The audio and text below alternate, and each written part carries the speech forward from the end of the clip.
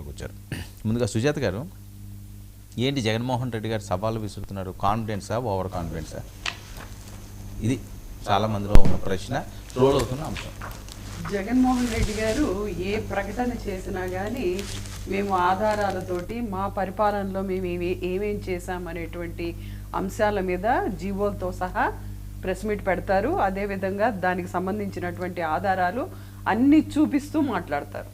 ఎదుటి పార్టీని ప్రశ్నించినా కానీ, అటు టీడీపీని కానీ జనసేన కానీ ఏ పార్టీని ప్రశ్నించినా కానీ వాటికి సంబంధించినటువంటి ఆధారాలు, వాటికి సంబంధించినటువంటి బేరసారాలు, వాటికి సంబంధించినటువంటి రుజువులు అన్నీ చూపిస్తూ ప్రశ్నిస్తారు.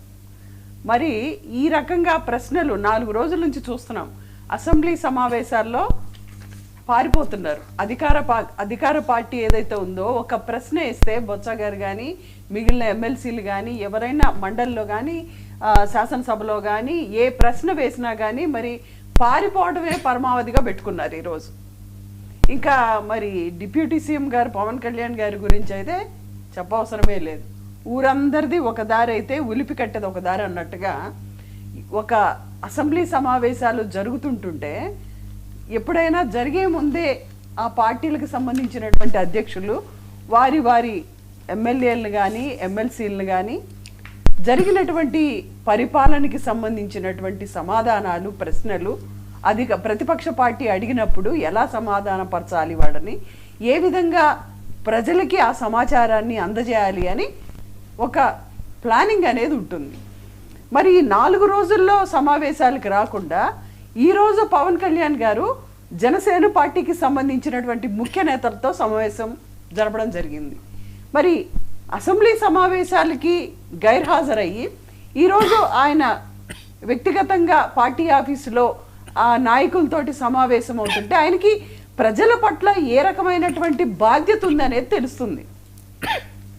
ఇంత బాధ్యతారాహిత్యమైనటువంటి ఉప ముఖ్యమంత్రి గారు అనేటువంటిది ప్రజలకి సందేశం వెళ్తుంది. ఈరోజు మీరు సమావేశాలకి మీరు రాకుండా మీరు ఎమ్మెల్యేలని ఎమ్మెల్సీలని ఎవరు కూడా ప్రతిపక్షం అడిగినటువంటి వాటికి సమాధానాలు చెప్పలేనటువంటి పరిస్థితుల్లో మీరు ఈరోజు ఉండి ఈరోజు ఏ రకంగా మీరు పార్టీ ఆఫీసులో మీరు సమావేశాలు నిర్వహించుకొని మీరు మీ నాయకుల్ని మీరు సిద్ధం చేస్తున్నట్లుగా మీరు చెప్పుకుంటారు.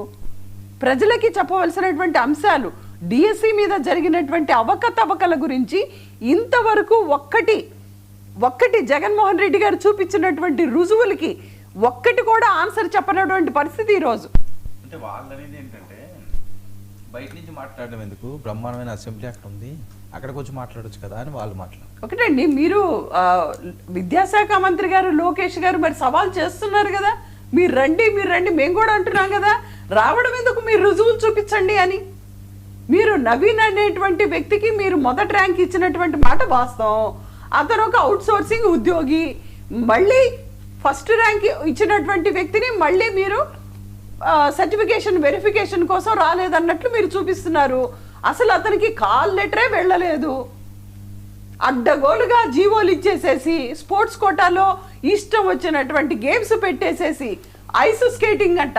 అసలు మన రాష్ట్రంలో ఐస్ ఎక్కడుంది, దానికి స్కేటింగ్ ఎక్కడ చచ్చింది, దీనికి ఐస్ స్కేటింగ్ అని ఒకటి పేరు పెట్టి అసలు ఎగ్జామే రాయకుండా మీరు ఉద్యోగస్తులు టీచర్ ఉద్యోగాలు మీరు నియామకం చేశారు. అసలు రాష్ట్ర చరిత్రలో అసలు ఎగ్జామే రాయకుండా ఉద్యోగాలు ఇచ్చినటువంటి గొప్ప విద్యాశాఖ మంత్రి మన లోకేష్ గారు.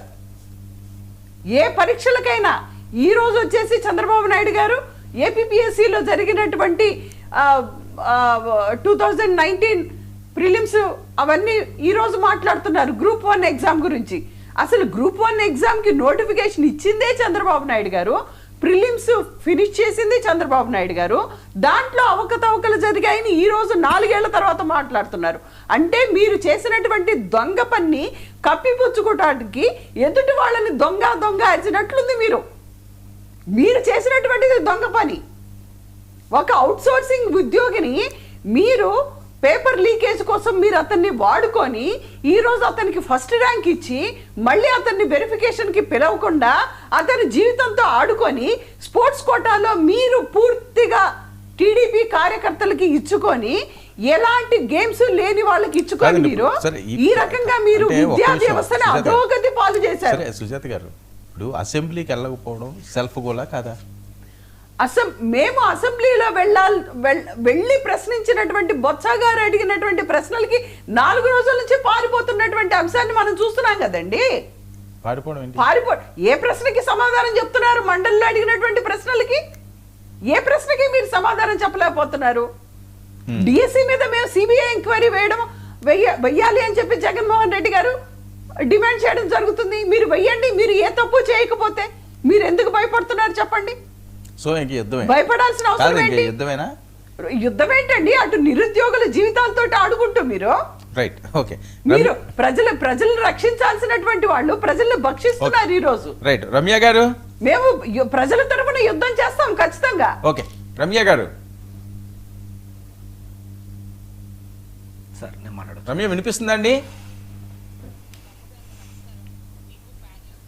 మాట్లాడినారు సార్ వర్మ గారు